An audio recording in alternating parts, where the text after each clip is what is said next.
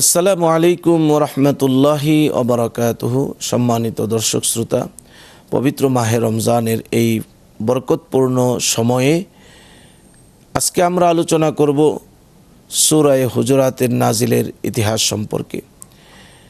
সূরা হুজুরাত মদিনায় অবতীর্ণ হয়েছে এবং এই সূরায় 18টি আয়াতে কারিমা রয়েছে।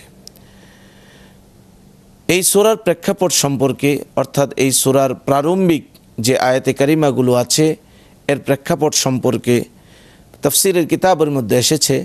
রাসূল করিম সাল্লাল্লাহু আলাইহি ওয়াসাল্লামের কাছে একবার বনু তামিম গোত্রের একটা দল আসলো।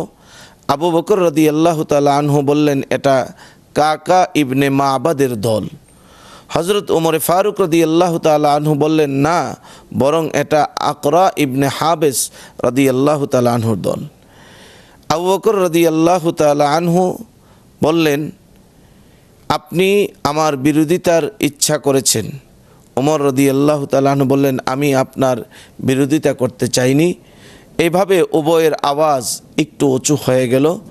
এরই প্রেক্ষিতে আল্লাহ পাক রব্বুল আলামিন সূরা হুজুরাতের প্রারম্ভিক আয়াতে কারিমাগুলো নাজিল করেছেন।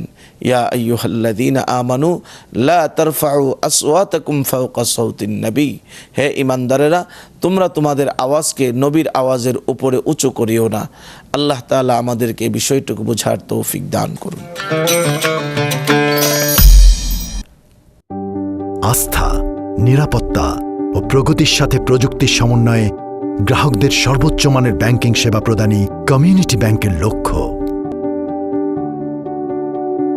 কমিউনিটি ব্যাংক, সবার ব্যাংক।